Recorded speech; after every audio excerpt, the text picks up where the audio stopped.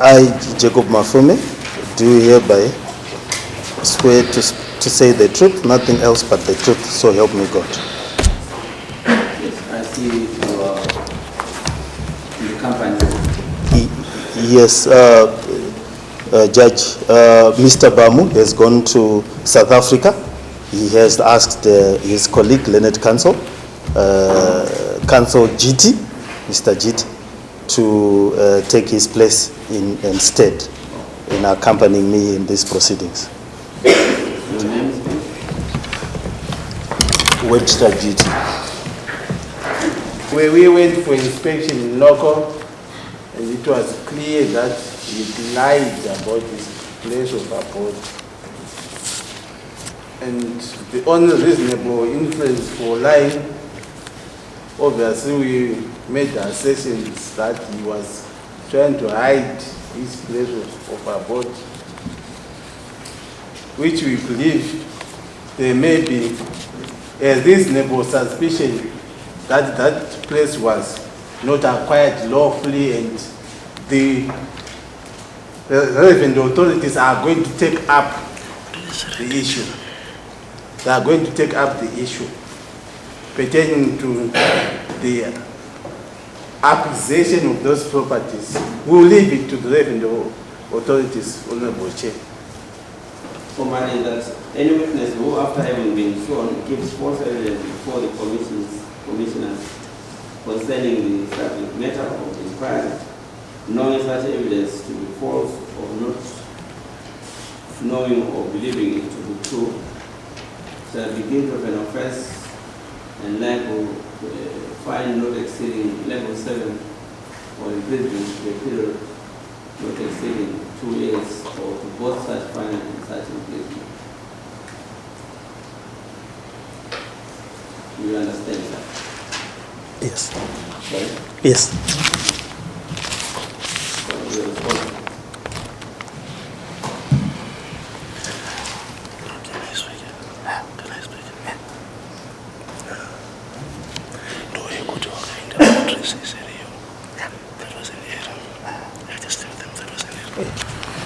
Yes, indeed, that is what happened. It was an error on my part.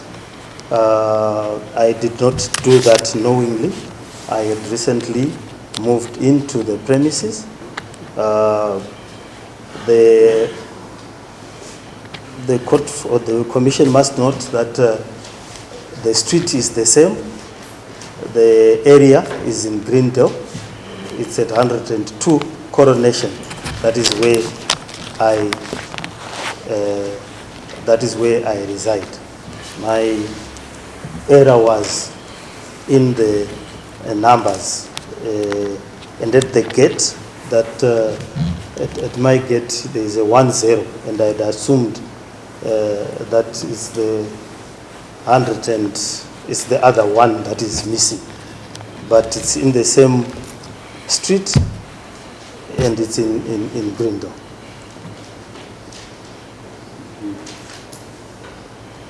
In other words, you deny that you lied.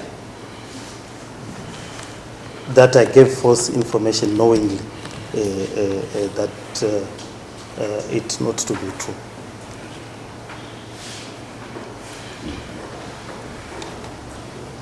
You have any response? Thank you. You believe? No, quite obviously, one cannot. That is not worth of belief. You cannot say, was there a one in the sale? Obviously, if one purchases a house, one is expected to know his or a place of abode, the house number. Not to say that because I looked at the gate, it is written, because there is one sale, then I thought it's 110 instead of 102. That story is not worth of belief. It's highly credible, Honorable Chair. Thank you. Honorable Chair, just to correct one issue, I didn't purchase the property. Yes. We're asking about where you reside. Yes, I was asked about where I reside.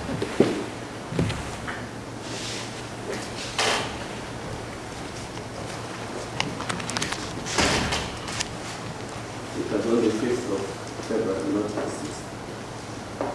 was on the 5th of February. Agreed? Yes.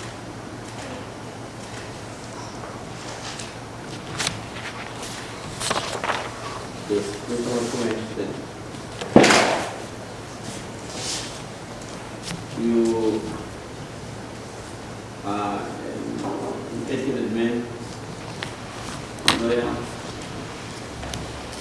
who is very intelligent in observation. You have given your evidence very well, thoroughly choosing your words properly and tactfully. You are a private legal practitioner. It is beyond comprehension that you have mistaken one of your residential place is 102 or 110 as opposed to 102.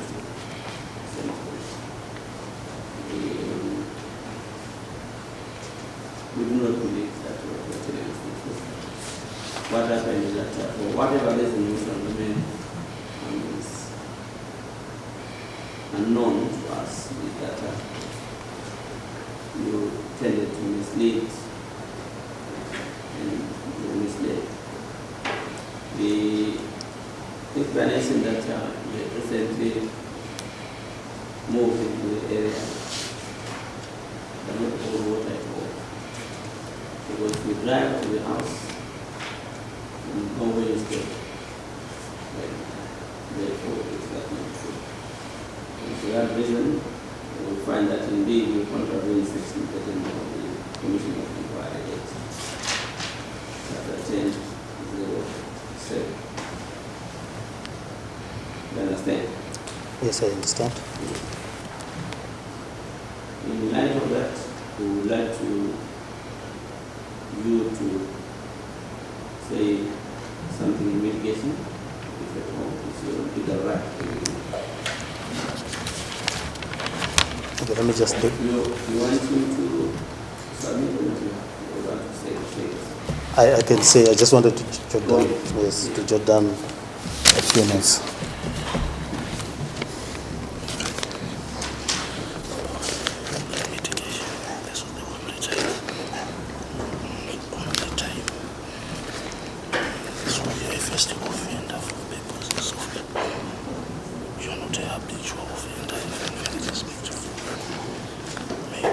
Just a reprimand. And it's me. So we can have a reprimand. Take full responsibility. And I also have to apologize. Okay.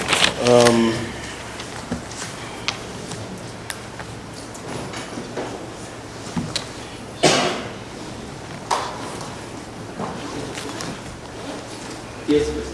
Yes, my Lord, I take full responsibility for my actions, and I would want to extend my apologies for my heartfelt apologies to the Commission for the misleading information.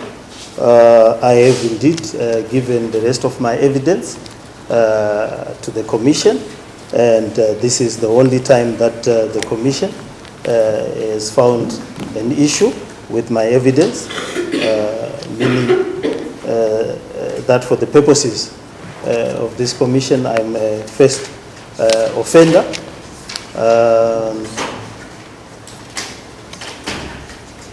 I would, if it pleases my Lord, that reprimand would be sufficient for this issue. Yes, I'm a lawyer of long standing and I've not had any issues. A family man with 2 children.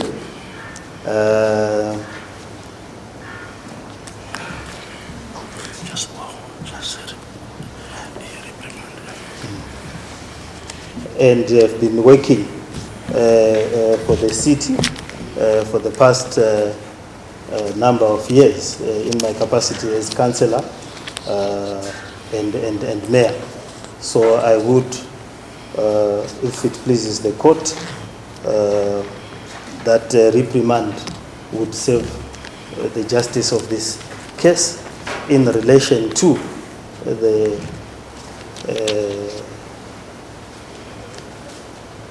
issue of the address and my standing in the community.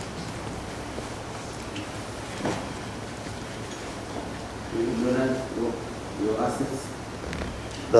My assets, I have the property at 9 Sky Master, which I jointly own with my wife. I have 2 vehicles, one Prado at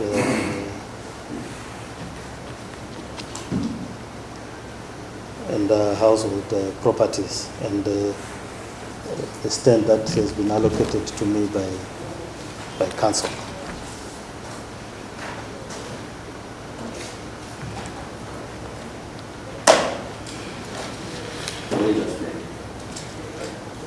Pardon?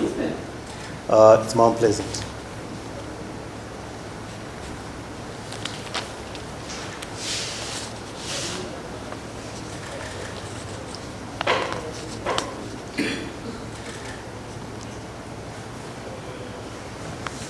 You're in private practice? Yes, I'm in private practice. I'm registered to practice and operate a law firm, a self-styled law firm, Mafume Law Chambers.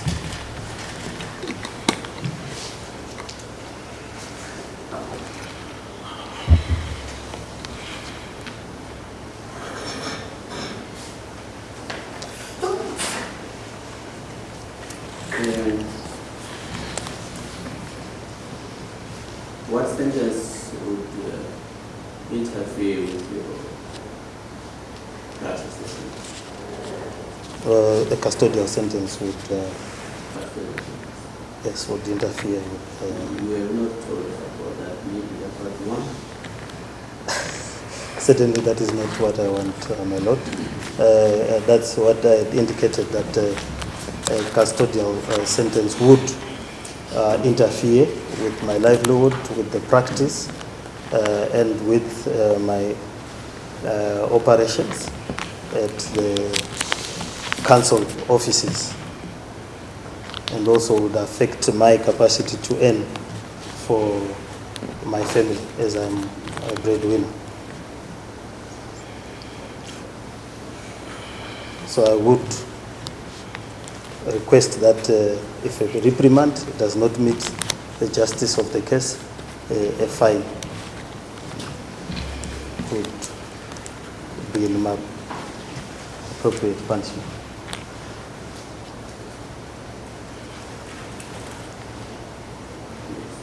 Anything else? I have nothing else. You want to play it, but disclose your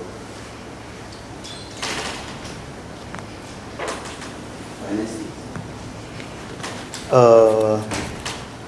I do have some cash on me.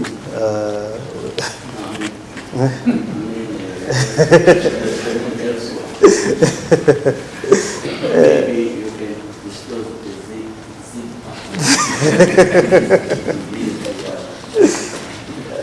I do have access. It's a requirement that you have to report that.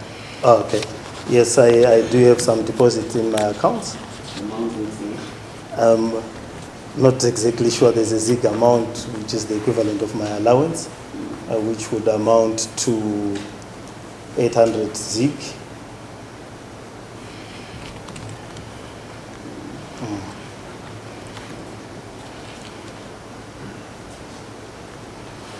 okay. My cash, I do have in my person $800 US.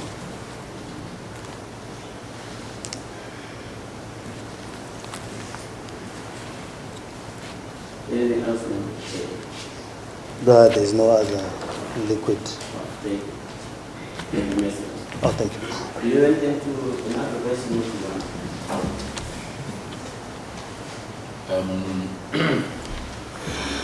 Mr. Chairman and Commissioners,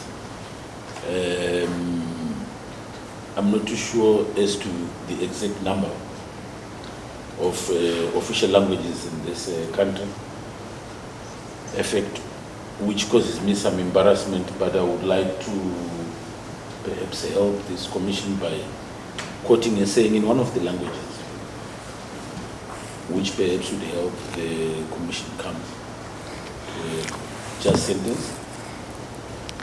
With your permission, may I go into that? Yeah. There is a saying in Shona that goes, "Nyadzi dzinokunda rufu." Yes, can may that interpreted properly. Interpret.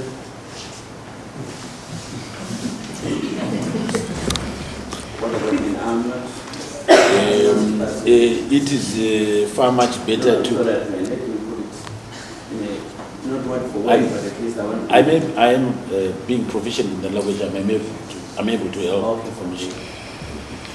It is better to be dead than to be acutely embarrassed.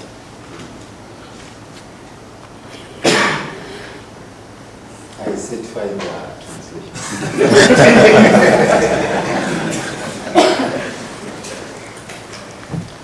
And I am submitting the absence of my colleague who handled the matter. But it is my view that the acute embarrassment emanating out of this is in itself some punishment to the mayor, and will serve as a reminder of the importance of being earnest. I quote Oscar Wilde here.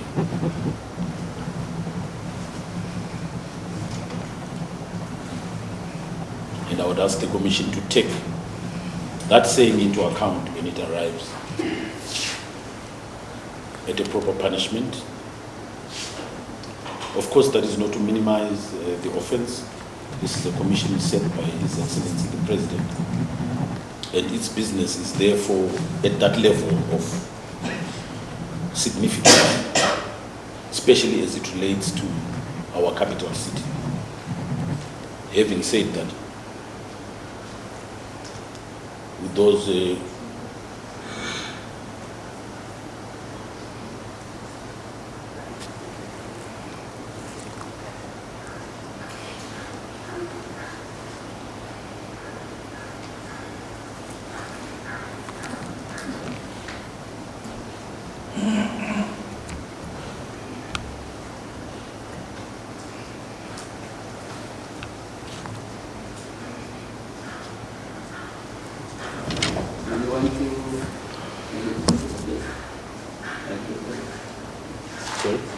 answer this question I'm related to now.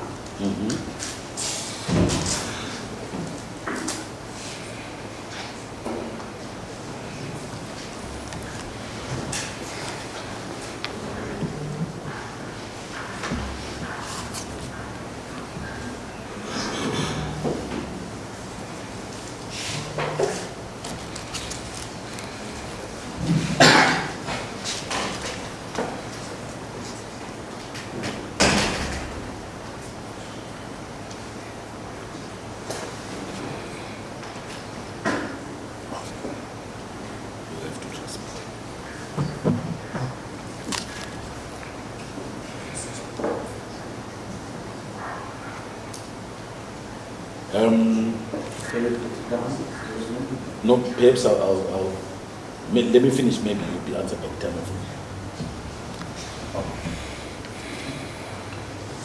I wanted to submit to this commission that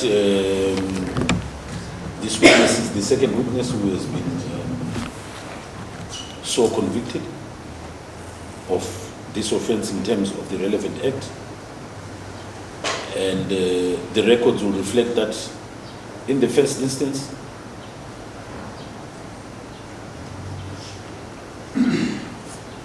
where it happened, I asked the court to, the commission, to steer away from a custodial term.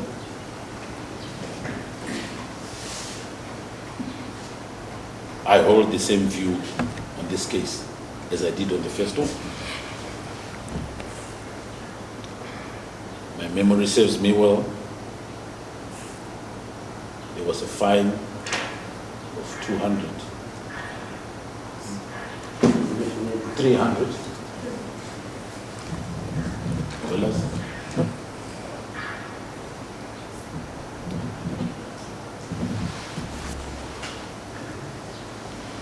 And for purposes of consistency, I would ask for the same in this case.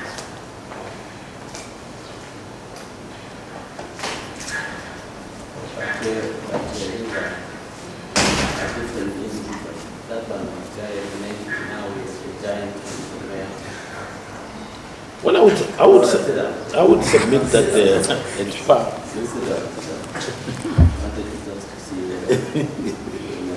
Again, I don't know if my colleague had submissions, but I think we can carry on. He has left. Yeah.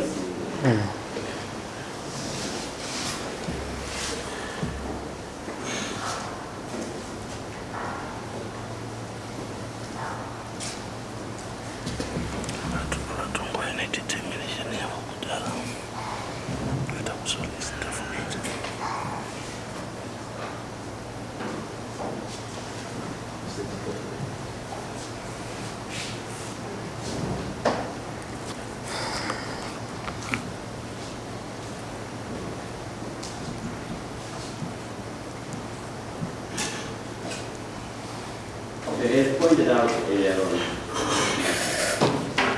you found guilty of having contravened section 13 of the Commission of Inquiry, the 10 of 7, in that you gave evidence which you knew that was false or did not believe it to be true. In assessing a suitable sentence, the Commission will take into account what you have submitted in mitigation, namely that you are a family man and you are a lawyer of trade practice and running your own practice. And that is not fair. And further to that, it is clear that you, to a certain extent, other than what you sought to mislead the Commission on, you gave your evidence in a very clear, concise manner, and very helpful to the Commission. This might come as a second thought after we need to look somehow, but the truth to an extent has come out. Also in your favor is the fact that you are a mayor of this beautiful city of Harare,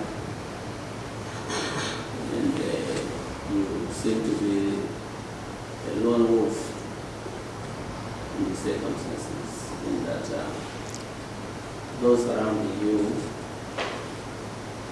have been found wanting or are failing to cooperate. And unfortunately, you have also found yourself to a certain extent being painted with the same brush. You are a man of means in that you possess certain property. And also, you are enriched with the currency of 800 Zik. In addition thereto, you also are in possession of a cash amounting to $800. That is all I can find in your record. But in aggregation, I find that you, as the father of the city, the citizens, ratepayers, and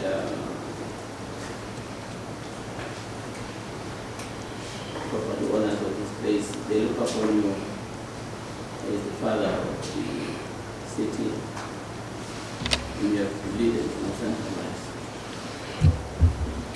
But I cannot pretend that we were under intense pressure and we did not know what to say and didn't know what to say previously by others, about yourself, or about the fate of the decision. That is it, it was incumbent upon you to make the interest of what was happening in provinces the immediate taken off. And above all, as a lawyer, you know what that means. You should have told the truth. Having said that, the situation where justice has been tempered with mercy, and the fact that we have been convicted of having misled or lied, if they want to put it is enough punishment. It might be misunderstood by others that you are a liar, but that is not in my domain. What should be understood is that you are not generally a liar, you lie in these circumstances, nothing else. And I'm not saying that you are generally a liar or a compulsive liar. The embarrassment which has engulfed you from the time we sat down and heard about this matter, the media, social media has been awash with what was going on, particularly by these people delight in spreading bad news to them good news. That is enough punishment. We have endured a lot of mental and physical problems, but unfortunately, you have been the author of your own misfortunes. The sentence which I must impose here must not only serve as a general deterrence to others of like minds, and also make the point that it will guard against any other future conduct of this nation. I am particularly persuaded of the fact that I should not impose a sentence which will interfere with your practice or your professional conduct. In light of that, Commission will impose the following sentence on you, that you, Mr. Jacob Mafume, you are sentenced to pay a fine of $300 for 3 months imprisonment, never, which is wholly suspended for 5 years on condition that during that period you are not convicted of contraventions in 13 or 14 of the Commissioners of Inquiry Act, which upon conviction and sentence you are sentenced to a period of imprisonment not exceeding $300 or 6 months or 3 months imprisonment. Do you understand? I'm indebted. Hello? You understand? I understand the sentence. Yes.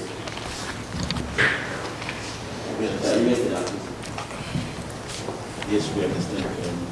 I need to put you in time to action. Yes. Right. Good. You want to say something? You are evidence leading. You are evidence leading any more witnesses? None other than submissions in written form. Yes. I think at this stage, there is a need for us to advise those for the stage where enough Should I do it? Yeah. Yes. No all men who meet my consent. I'm not paying anything. No all men who meet my consent. That the gathering of evidence of this commission has come to an end. We will then adjourn and deliberate on the presentations and submissions which were made by the investigators.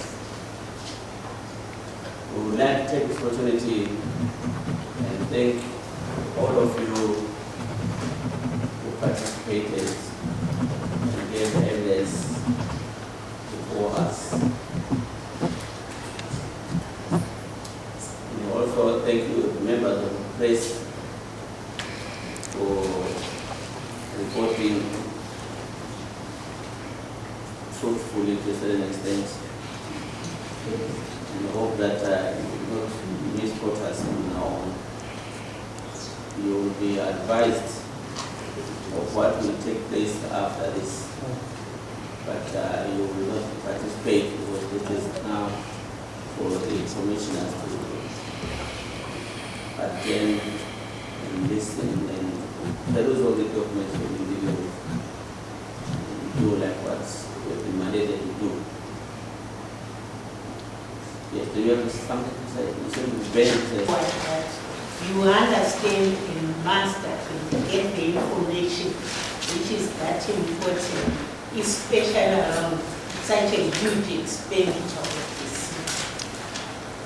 Yes, going forward, we are going to get, as directed by the Commission, I'm going to get the total of the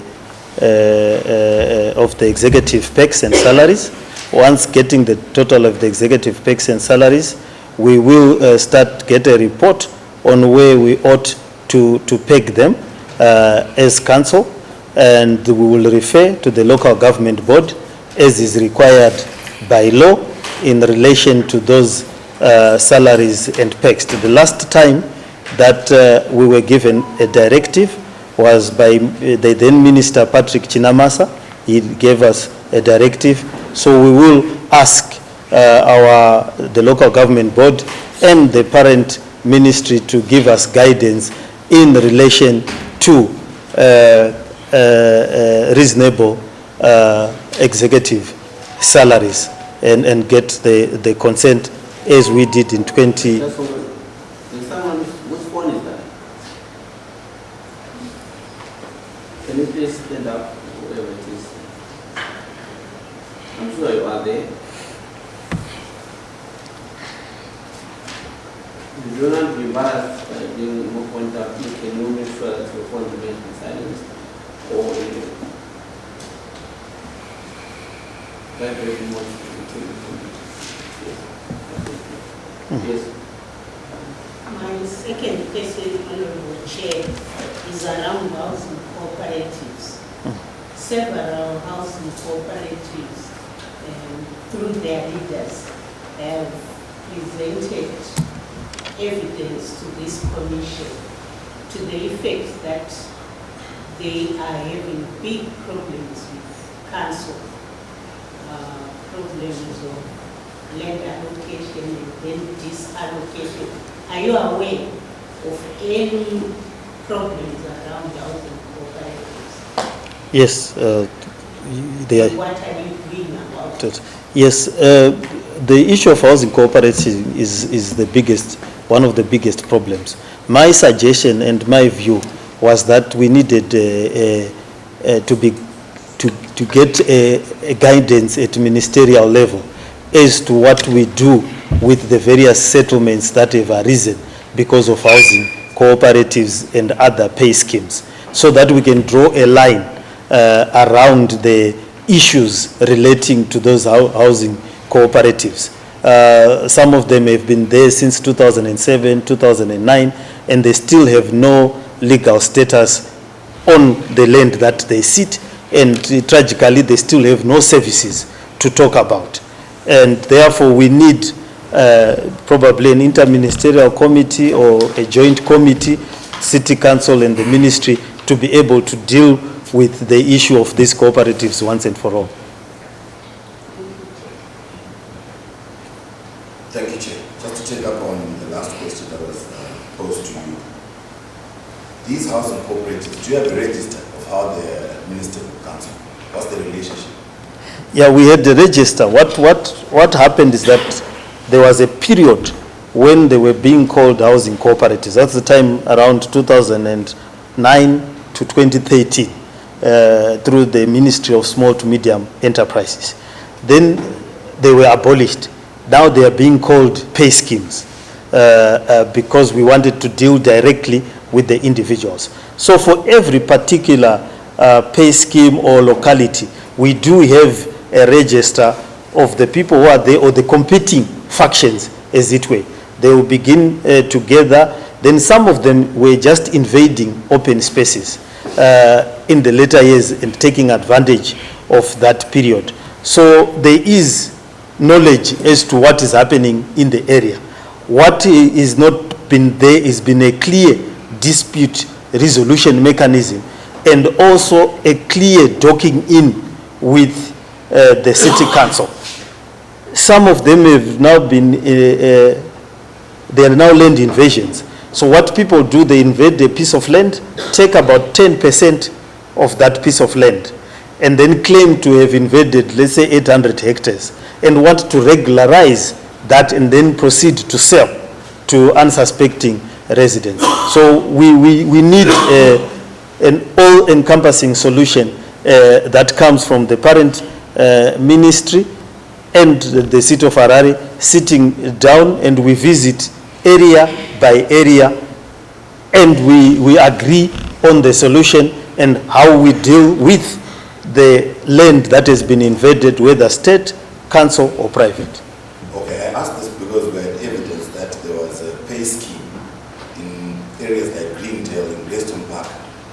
So I was curious to know whether there's a register of these things or whether it's confined to high-density areas or low-density areas. No, in my view, that any pay scheme that purports to be in a residential, in a low-density area is fraudulent. I mean, we can't have cooperatives invading land in Borodale, Greystone Park, Mauborain, and so forth. I mean, it does not make sense. That's theft, because we probably ought to be able to plan easily in the low density areas where we have these issues, and we will not, in my view, we shouldn't allow those things in the low density areas. In my view, if we contain them in the high density areas and we try to manage those areas, because they have been unsuspecting citizens that have bought and have lived on those pieces of land for 10 years, 15 years, and it will be very difficult to try and use methods of removing them by force. The residents number up to almost 100,000. So do you be correct to assume that it's these pay schemes that are not being brazen enough to spread from high-density areas into those low-density areas? Yes. With the collusion of some council employees? Council employees, because when they realized that there was regulations, land barons who wanted to get to steal land from Borodale, Mauborain, Greystone Park, and low-density areas tried to put their the land that they were stealing onto the list of regularization. And because of the naming of the numbers, it's not very clear as you look at the list that this is a low density. So you then pass an omnibus resolution. You then realize that you have regularized a low density area, which we shouldn't. Okay. So given that scenario, does the city of Harare have a map or a land bank where it can identify the land that it owns and the current status? The absence of an enterprise resource package and a database has meant that we do not have that database we should be having it on a click of the button. But if you ask today, give me the land bank of City of Harare, it will take you 2 years to get that land bank. So we need to have an electronic land bank, GPS, mapping the various pieces of land that we have donated, and so forth. That currently is not there, and it can only come up if we adopt a... So is it safe to assume that that knowledge is within the personal domain of certain people, who then leak it to people that then invade and then regularize? And now they've gone to create fake title deeds using the knowledge of that land bank. A property which everyone believed to be seat of Harare for years, you suddenly go to the deeds office, you find that it has been transferred, backdated to some individual over years, because that knowledge remains the preserve of a few individuals. So can we safely say that the absence of an ERP has caused leakages in terms of land, actual land? Yes, the absence of an ERP creates, it creates a manual system. And manual systems now are very difficult to track, and they are easy to manipulate, because you then recreate the hard files with quite easily without reference to a digital footprint elsewhere. Now moving on to the issue of the remuneration of executives, I'm sure there are meetings that are held for budgets beginning of the year. Has there been any figure ascribed to these payments in the budget, or it's hidden somewhere in the budget? It's hidden. The way a budget is done is that staff comes as an envelope figure. It doesn't get disaggregated to the individuals. And then it comes as an envelope, because we do our budget once a year. So what we do is we do anticipatory budgeting. So we do, so if we create an envelope of 2 billion, our assumption is that that 2 billion will cover us even any increases that we have to do to the individual employees until the next budget. So you then budget a figure which then is not too apparent as you are doing the budget, where it exactly is going to. Then disaggregated at a later stage, depending on the negotiations that okay with the employees and so forth. So it's possible that the councillors unknowingly approved these conditions of service? Yeah, it's full knowledge of what yeah, because it's an envelope. Then when it disaggregates, you might then not be aware as to how it desegregates. And then at also some other time the currency changes. You are also not aware how they have been implemented in relation to salaries of the executive in particular. With the other staff from grade 5, the unionized staff, it's very easy, because those figures are publicized and negotiated at the collective bargaining, at the NEC level. So the bargaining level, the unions and everybody else, that one is easy to see. But when it comes to the executives, it becomes opaque. Ask because my understanding from the evidence given so far is that there's a committee system that works. That there's an HR committee, an audit committee, and a business committee. So the HR committee does not know exactly how much these people earn. The HR committee does not. The audit committee also does not know exactly the finance. They will be shocked, and they certainly were shocked when I told them the figures that they theoretically had approved in their committees. Both the finance chair, the HR chair, and the audit chair were yeah. Okay, which then brings me to the next thing, which is intertwined. How would you rate the level of education vis-a-vis the responsibilities of councillors? Do you not think that there has to be a correlation? Given the amount of money they have to look after, they're superintending $500 million United States dollars. Now, do you think it's reconcilable for somebody with 4 levels to discuss the budget of $500 million? It's a slippery slope in terms of that. What we... So let me hold you. They take off a political action. Yeah, okay. That's the objective. Yeah, theoretically, Harare is a complex city. It's one of the biggest cities in Southern Africa. It has a huge budget. Not only does it have a huge budget, it has complex processes. We have the biggest water plant, in Sub-Sahara, outside South Africa. We so it's we would need to mix the education levels of the council. So do you ascribe some of these problems to this lack of exposure in education?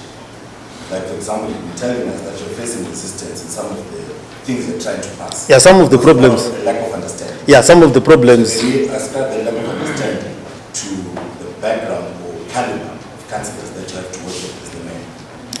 It's easier for the city officials to manipulate the. But this is directed at you as the mayor. You're the one that sits in council. Yes. You have an idea that you think is for the good of the council. You're working with people that do not understand what you're trying to say. Like with the ERP, you made it clear that there was a problem. You're giving us your example about the puppies and opening eyes. Do you not think that it's a problem? It's a problem. Institutional problem. It's an institutional problem. Which cannot be solved by re-electing the same caliber of people, still some of the same fate. Yes. Other jurisdictions have adopted a system where they create certain appointed officials from the elected officials who are like executive.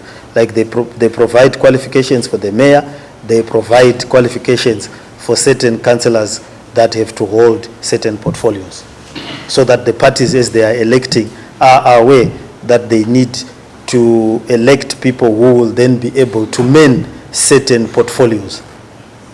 Then lastly, the traffic lights issue, you told us that the accidents, that's how they get damaged. There's still Harare ever approached insurance companies to recover. We'll show you all the cars in Harare that you can show you. So there's an accident in the police, show you the people that have caused damage are identified. Yes. Ever crossed your mind? It has crossed our. Well, as a legal practitioner, I've advised our legal department ad nauseam to say that you should just go to the police records and claim from the third party insurance of the person who has caused that damage. But I don't think it has been done. Do you know why? Probably a competence issue. There's really no reason why it shouldn't be done. Thank you, Chief.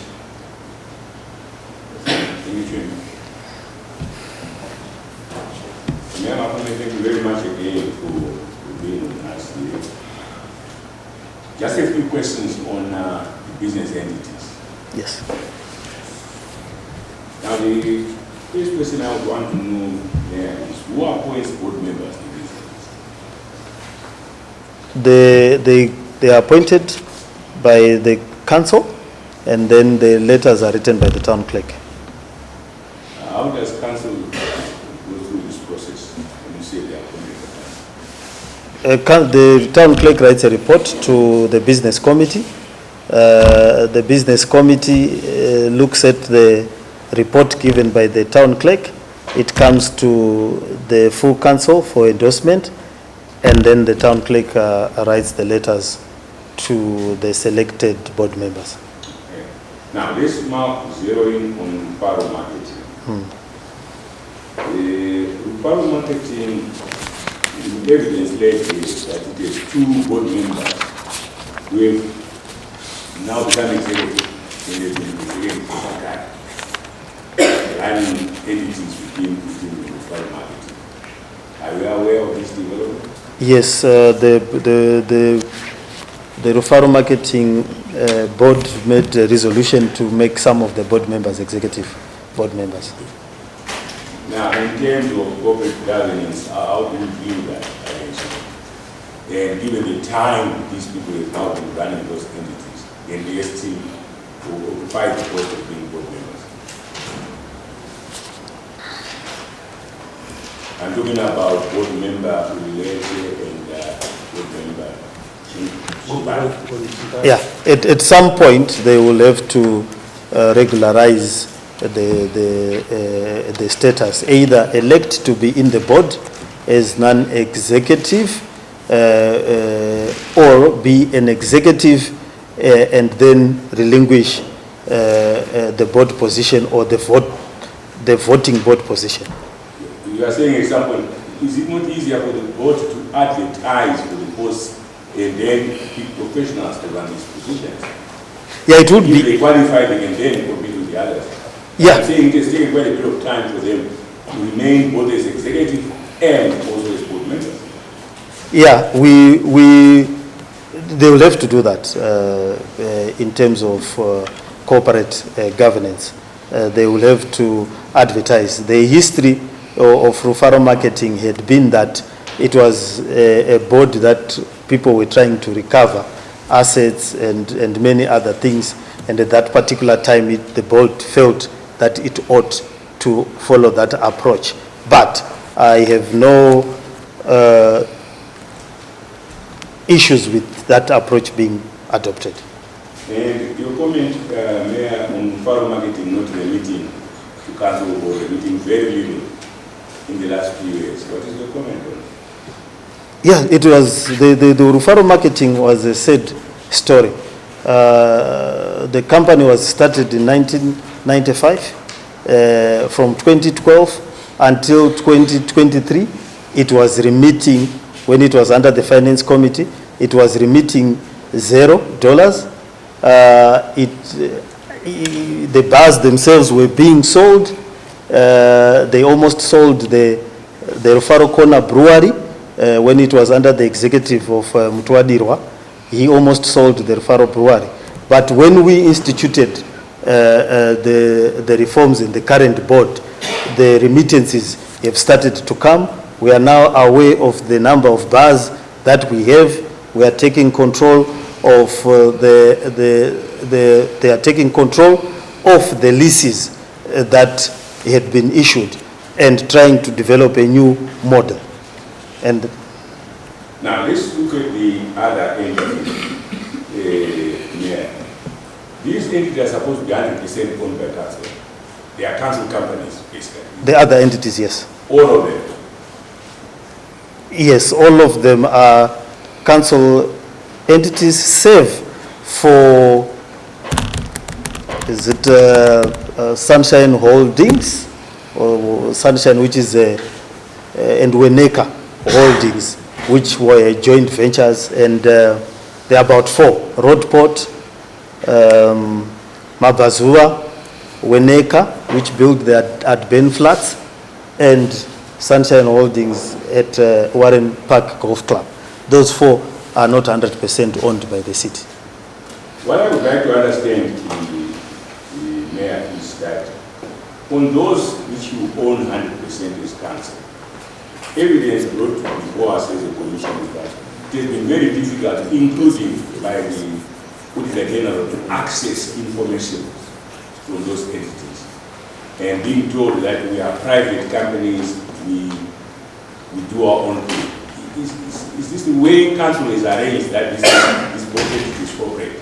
That was the way they were interpreting their private limited when I came into council. We fought over that, and I told them that you are 100% owned by the city council. And if you look at the progression of their report, it took a lot of time for them to accept and to understand that point, because they had given an interpretation that them being incorporated as private limited meant that they were private from council. And it probably goes back to the question that was being asked by Commissioner Hungwe earlier, in terms of the exposure and levels of education, because that was an argument that they were sustaining for a very long time to prevent a council and to look into the affairs of those companies. Have you opened the map now? Yes, now they are very clear that they report to council, and that they report to the Auditor General, and that their budgets must be reflected in our annual budgetary process. Mayor, you raised a very interesting point, that most of the money going to Sinara actually is generated in Sinara. Yes. And by the same token, I can also say, therefore, that city parking, being the one in charge of an area where most of the vehicles in this town, should it generated lots of cash for the city. Yes, I know the specific cash that city parking has generated by figures. I know the last financial year they generated $5 million and a quantity in ZIG. The $5 million we can track the amount that was remitted to City Council and the number of bylaws that they superintend over, which are 2, and they generated that amount from their activities. So we are saying, given the number of vehicles which you think are in Harare, you are satisfied with the money city parking is remitting to the city? Yes, at the current moment they are remitting. When we got in 2019, they were remitting 0. When we instituted the reforms, they remit 30% of the gross revenue that they get every month, and they remit should there be a dividend at the end of the year. So that amount, what I'm not happy with is when it is remitted and it gets into the bowels of the City Council, you don't know where it has gone or where exactly it has been used. I want to look at another dimension. City parking is also now operating in Guero. Yes. And it's still 100% owned by City of Harare, isn't it? Yes, but it then creates they created a special purpose vehicle for the Guero operations. So we own 100% to the extent of our shares in the special purpose vehicle. You are getting remittances from the We get remittances from the Guero operations. It's a new operation. My understanding is that it will take time to get to the point where it is able to remit. It's been there for some time now. You say you're getting 5 million. So from Guero, how much did you get in 2021? No, from Guero, I have not been given the figures that we have obtained from Guero, or if they are in that amount. I did not track them. Maybe we may want to follow this up. I might want, yeah. Then we also have evidence here that there are certain projects which City Bank tried to undertake externally in Ghana, in Zambia, I think, and that certain amounts were invested in those projects. That nothing was generated, in fact, the projects collapsed. Are you aware of that? Yeah, that was way before our time. I'm aware of that. They attempted to, I'm told they got a contract to do parking in Accra. And the contract was terminated abruptly in Accra after the Council of Accra decided to do it on its own, and booted them out and kept the equipment and the money. And what are we doing about the recovery of those money? It's just money gone. I'm made to understand. Yeah, I'm made to understand that they instituted legal proceedings at that particular period in time. I don't know whether the legal proceedings are still proceeding. Certainly, there hasn't been any report to us as to where they are with those legal proceedings. But the executives who are doing those projects are still there.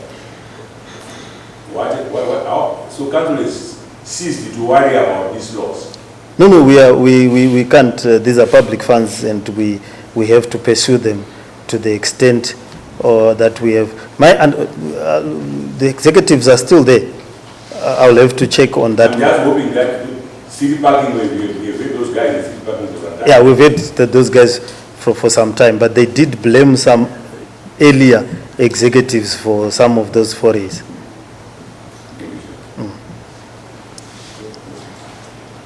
Just one question. Your comment on whether City of Harare is up to date on for employees, statutory obligations, and allowances for councillors. We are not, from my understanding, we are not up to date. We are up to date with the statutory obligations.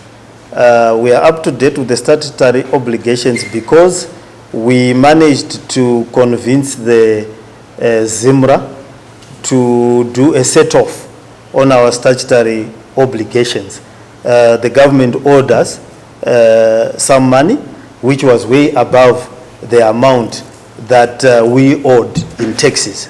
And we wrote to the Ministry of Finance, and they agreed to set off the debt to the extent of government's indebtedness to the city of Harare. So that then has assisted in our payee and other ZIMRA obligations. Then our salaries are in ZiG and in US dollars.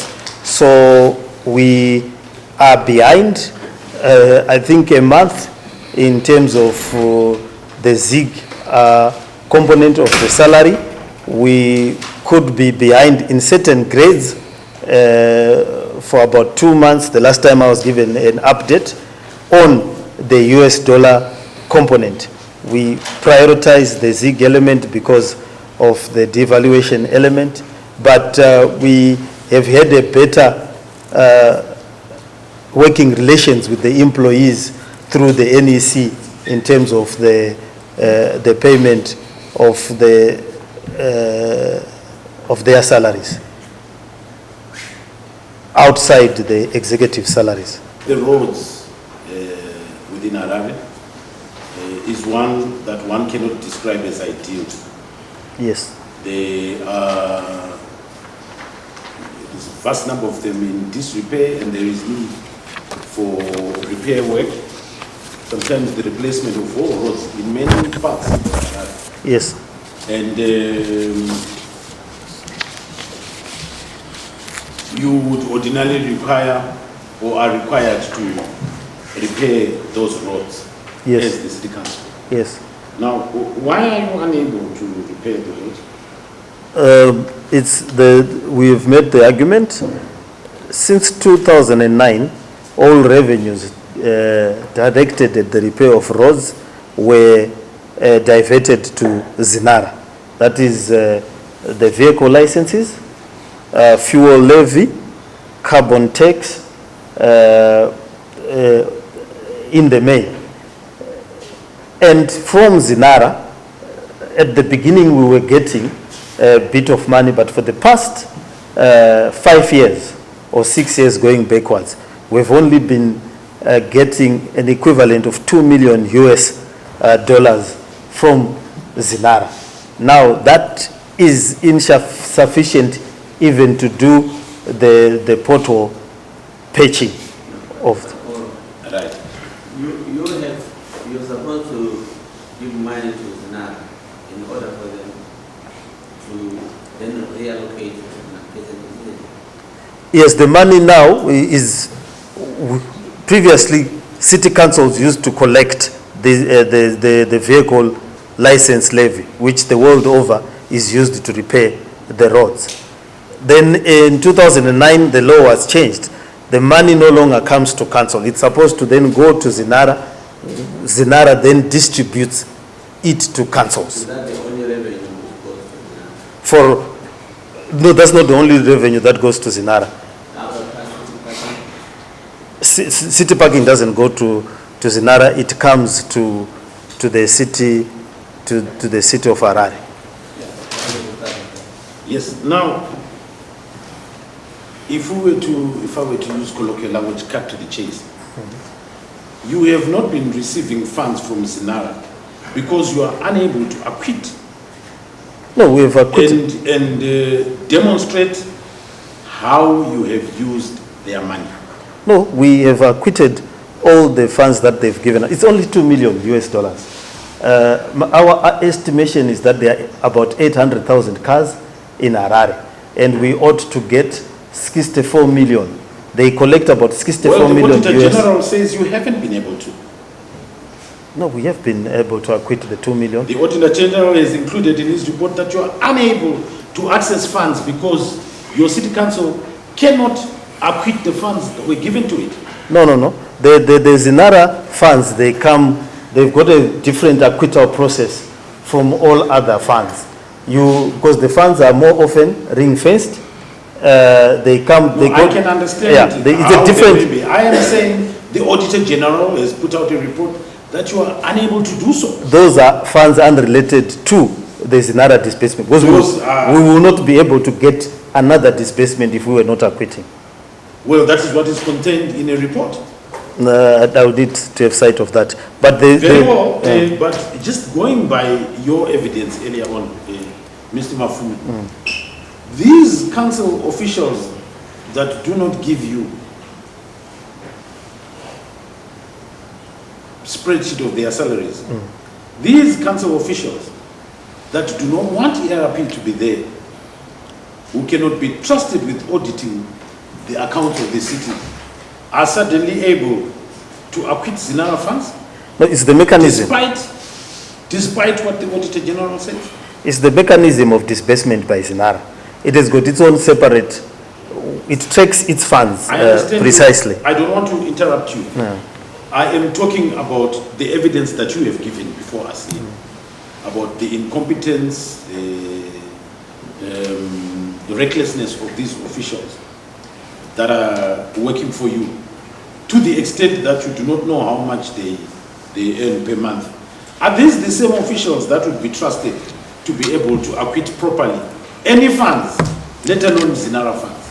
Well, if there has been any misacquittal, we will have to look at it. But the issue of the roads, I think one needs to look at the totality of the disbursement to the city of Harare. We only got $2 million US. For this year, we were lucky. Last year, we were lucky that there was a SADC summit. And thankfully, a lot of investment was done on the roads. Unfortunately, this side of Samora Machel, the affluent side. But the other side, which is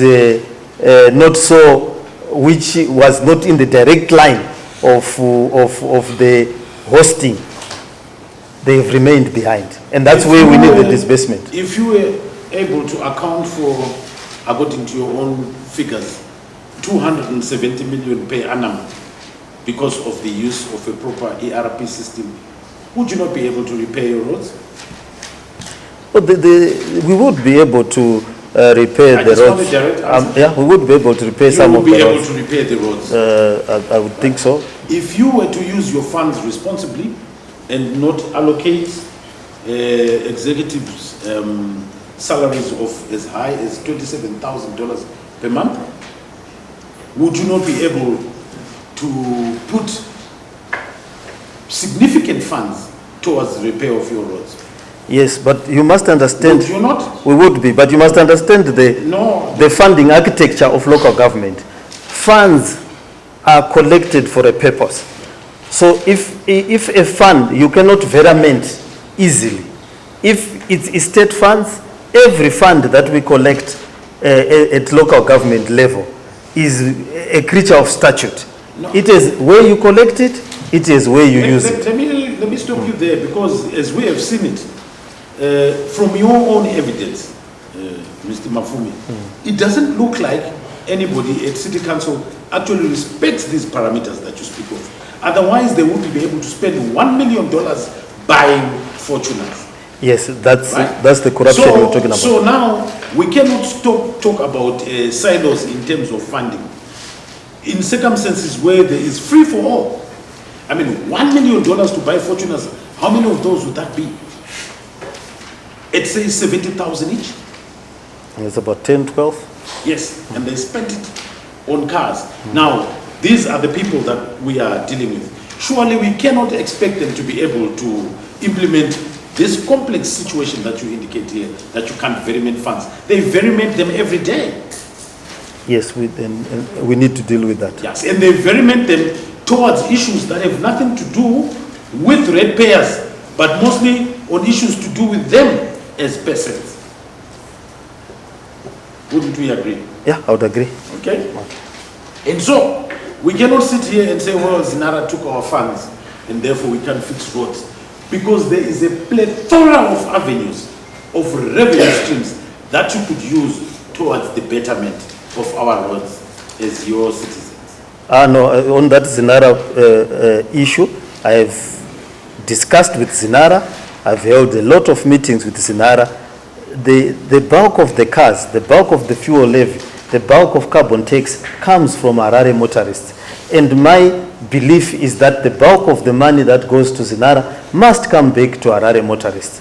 They pay the bulk of that budget. Yeah. Despite your fixation with Zinara, the fact is you are atop an institution that recklessly handles public funds. So much so that funds that should be deployed for purposes of the betterment of lives are used on holidays and luxury cars.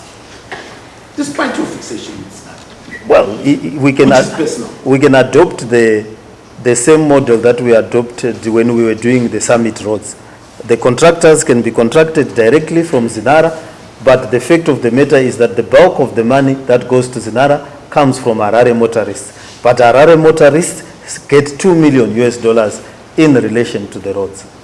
Yes, every year. You get $2 million, let's compare it, and then you can't account for $270 million per annum. The fact still remains that the motorists pay, Harare motorists pay the bulk of the vehicle licenses in the country. They get just $2 million back. And those motorists are not able to receive any information from you as to where $270 million per annum goes. Let us move to this process called regularization. The Zinara issue, I think to me... About accountability. Oh yeah, the accountability is the same issue I've been complaining about. Without a functional ERP, without proper and timeous audits, we are going to have a gap. The management are going to have it easy because we don't have the tools to be able to enforce an audit and to... agree with you that there is a problem that the handling of funds. The handling of funds, yes, there is a big problem. Your point is Finally, for me, final issue is one of regularization. The process of regularization that has been brought to the attention of the Commission. Now, you are aware of that process whereby councillors and their land barons, as they are known in Harare, would invade land, and to cut a long story short, go to the city council and then regularize it so that the occupation is legalized. You are aware of that? Yes. And what is your comment on that process? My process is that should not be happening. I have chaired council meetings where my objection to that process has been noted. My view has been that, first of all, there is a wrong definition of regularization, because in this instance, there is the first issue that the land does not belong to any of the people that are on that land.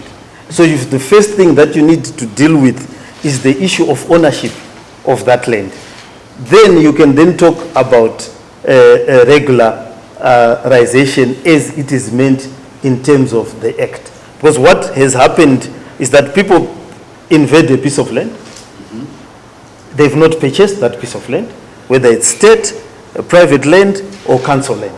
Then after some time, they then say, council must allow us to bring our building plans, our development permits, and give us a permits and so forth. But the very first question that needs to be asked is, have you dealt with the ownership of that particular piece of land? So we are agreed that that was an irregular process. Yeah, that's to me, it's an irregular process. And it's an irregular process that was fraught with corruption, favoritism, as councillors took advantage of this irregular power that they had to allocate land illegally. The land barons, yeah.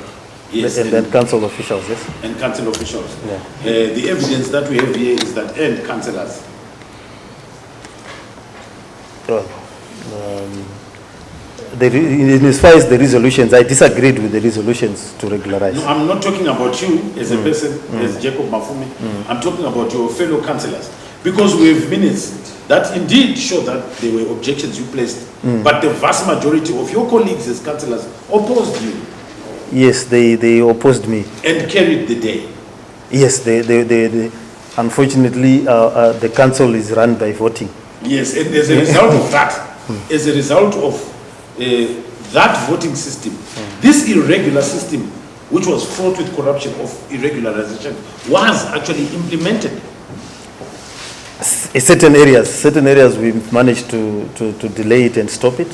Yes, and that is to the detriment of both ratepayers and the council itself, this irregular occupation of land under the term regularization. Yeah, that's problematic. Okay. We had your audit committee chairperson Umakam here, and he spoke at length about that regularization process. And in it, there was an audio that was put to him where he was telling his fellow councillors that this irregular process of regularization was actually an instruction from his political leader. Are you aware of that, of those circumstances, that audio? Yeah, I heard the audio being played, yes. Do you have any comment on it? I have no knowledge of that instruction. It was certainly never given in my presence. So the evidence you would give us is that these were corrupt councillors acting on their own frolic and not being given instructions by anybody. Yeah. In that particular instance, in the particular individual, he was very emotive about those regularization. The amount of strength and vigor could not have come from anyone else except himself.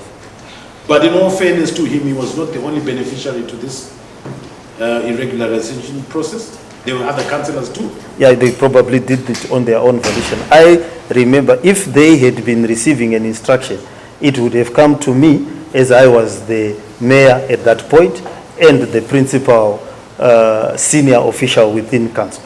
Why would you say you were unable to bring sense to your fellow councillors?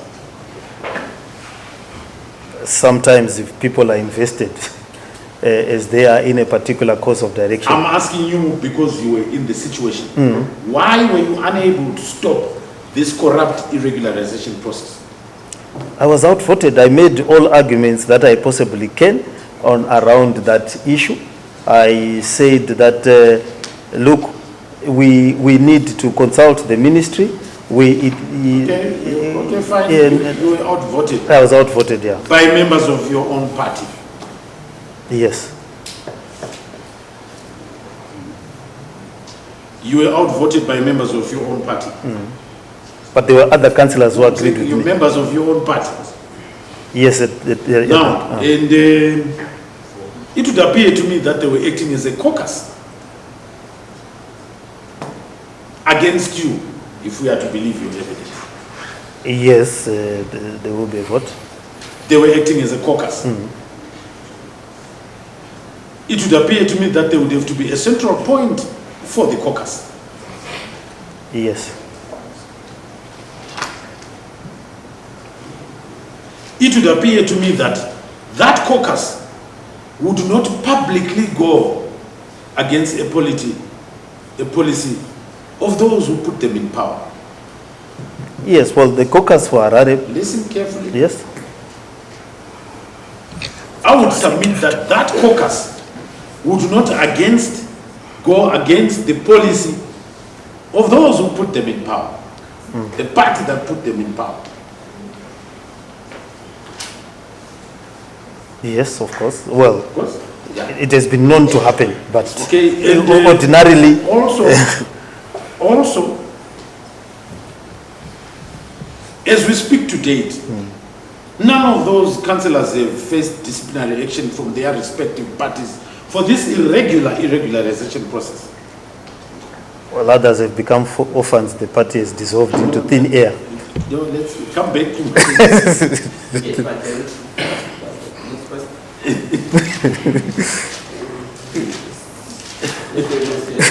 Yes, I am. said the job, yes. No, he had said some parties had dissolved. He had indicated to me that the certain councillors had not faced disciplinary action from their particular party. And I said one particular party had dissolved into thin air. Which party? The one that had sponsored the Triple C. The councillors, Yourself, myself included. it is dissolved. It dissolved, yes. And then you were not dissolved. I was what? You were not dissolved. No, I was not dissolved. Yes, so the point that I was making is that we have agreed with each other. This was a caucus position by members of a particular party, and that none of them then faced. No, why do you simply say a particular party? Is it a circumstance party? You can name it. You have got no political knowledge about these things, but you want to. No, we actually had said it's his party Triple C, which dissolved. But anyway, very well. I was coming to my point. Perhaps let me put it in a different way. Councillor Duma was a member of the Triple C. Yes. And he was one of those that outvoted you in this regularization process. Yes. And we've agreed that this was actually a caucus position by members of the Triple C, which was your party then. Yes, but for those particular people who Yes, voted against it was it. a caucus position. And the question that I had put was that none of those people then faced any action from their party, the Triple C, over that caucus position of carrying out irregularization. No, they didn't. Does it therefore not follow that it gives credence to Councillor Duma's assertions if he says this was an instruction of the party? I've had issues with Councillor Duma in terms of his credibility and in terms of the things that he says in council, and it's on public record. And I do believe that the issues around regularization were peculiar and particular to himself within his ward, and he was doing so, not necessarily for any greater. No, it was not restricted to one word. Yeah, the councillors that, if you look at the DNA of regularization, it is councillors that are in the, what you call high density suburbs. The councillors that were on the other side of Samora Machel were opposed.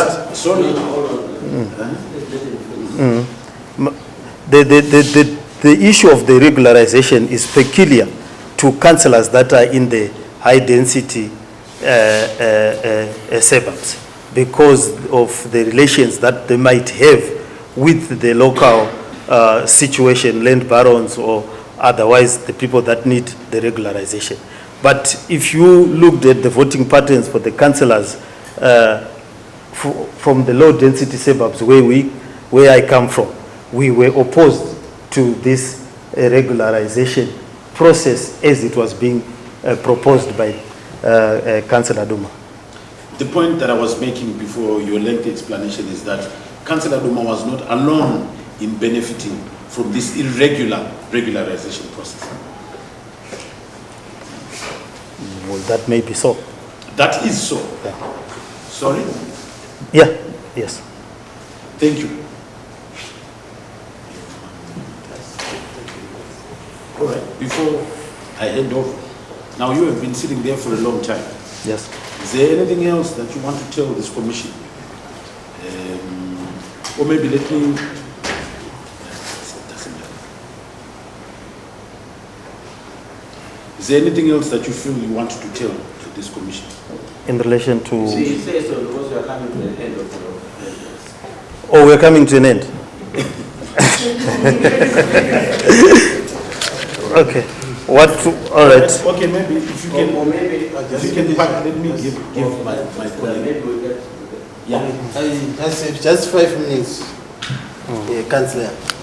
I know you have been sitting there for a long time. Okay, thank Just a few follow-up questions. you. Yes. You informed this commission that in fact there's corruption in respect of payment of the purchase price by Hamas to a house bought from Dr. Kereke. Yes. Okay. You indicated that there are other 4 houses whose, yes, a house in Irua sold by Dr. Kereke to Hamas. Does the road fall under Harare? Yes, no, but it was Hamas from Harare which was purchasing that property.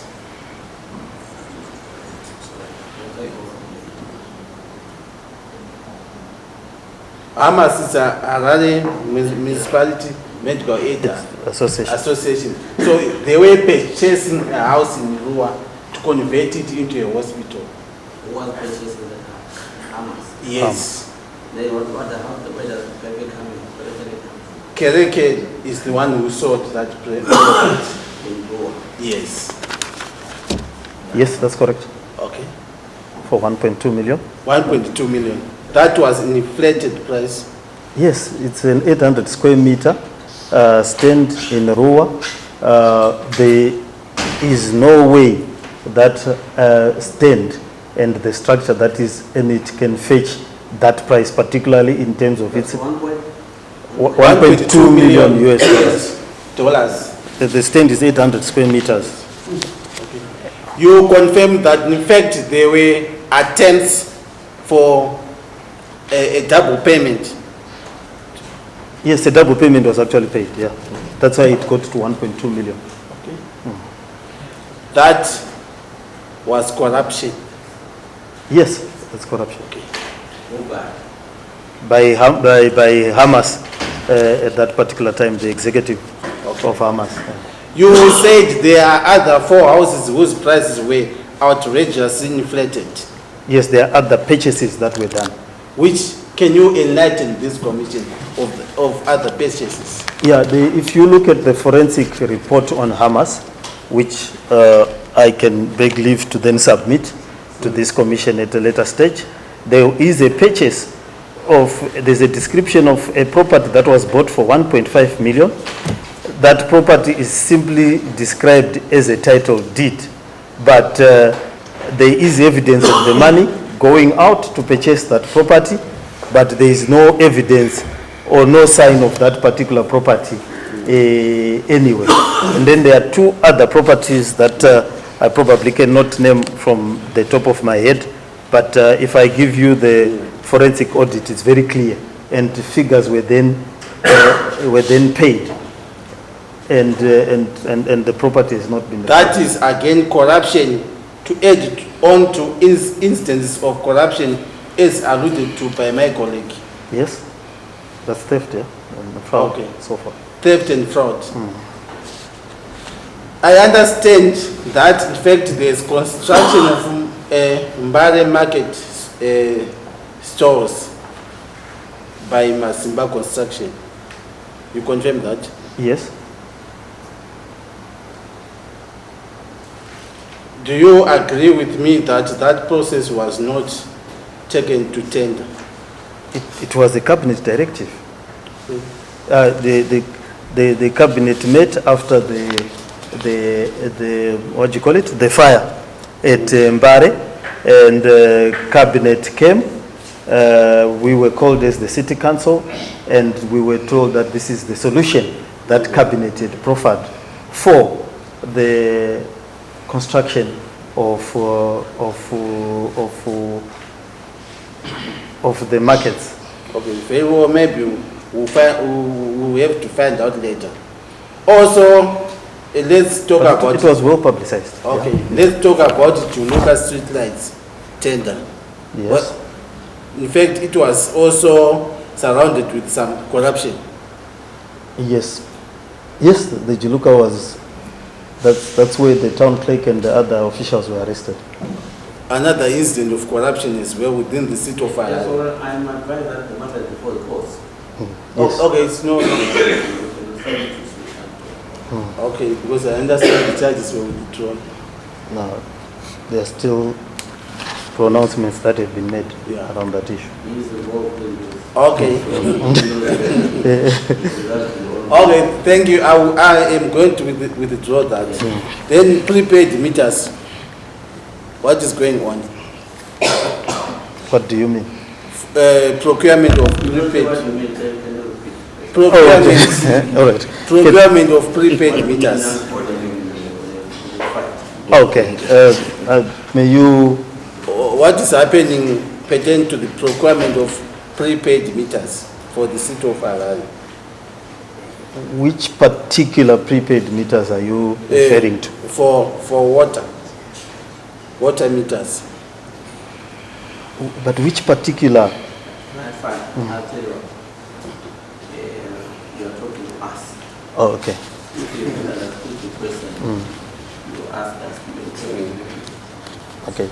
Yes, Judge. May he elaborate the... Also, They- change your body and face. Okay.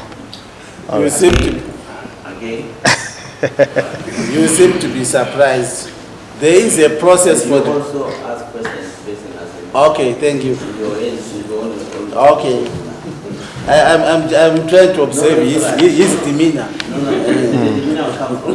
Okay, thank you, Honorable Chair. I understand there's a process of procurement of prepaid water meters by the council. You are aware of that? Prepaid meters. Yes, water meters, yes. The process that I'm aware of is again a process being led by the ministry, and that process is to solve the water crisis. And one of the solutions that have come from the ministry and by correlation from cabinet is that we should have prepaid water meters in Harare. In fact, I would advise you to ensure that a proper tender process is followed. Do you agree? Yes, I'm just giving some advice to ensure that a proper tender procedure is followed. Was it? So there's no question in it. Yes, I just is a word of advice to his worship the mayor. Can you ensure that that is followed? We will follow the law in everything that we do. And we also assume that other bodies, that we are a three-tier of government. We also are confident that should we be asked to do anything by the ministry or by cabinet, they are also cognizant of the provisions of the law where they need to seek exemptions.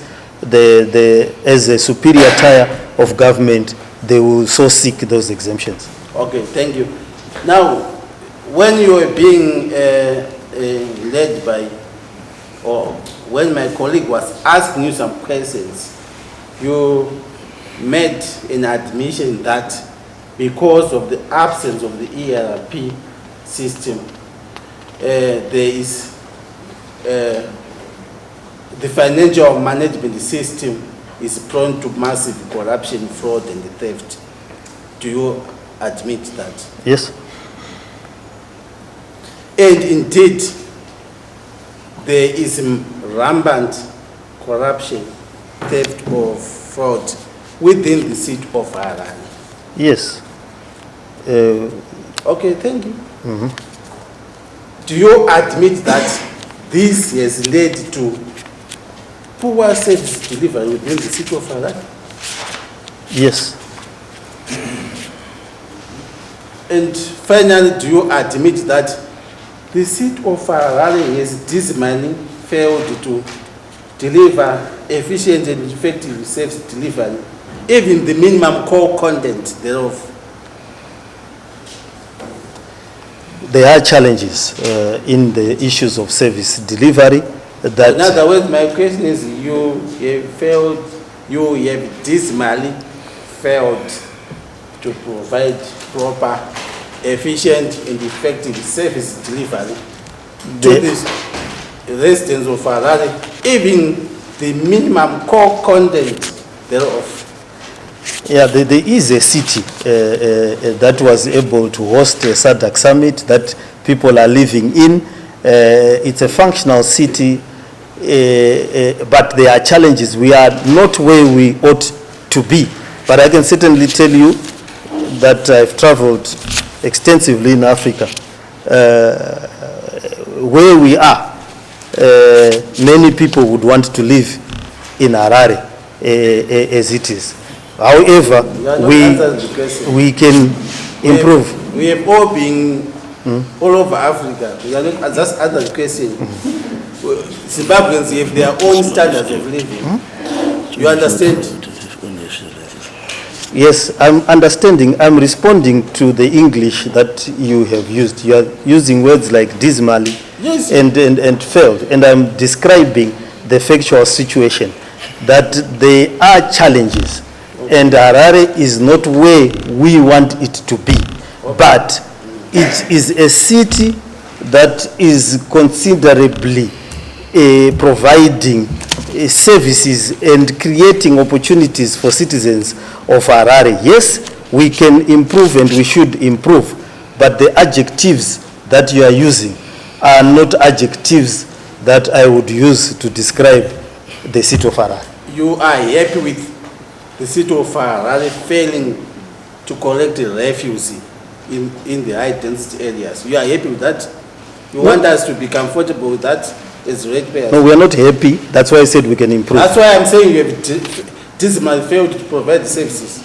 You understand? This is where I'm coming from. Thank you.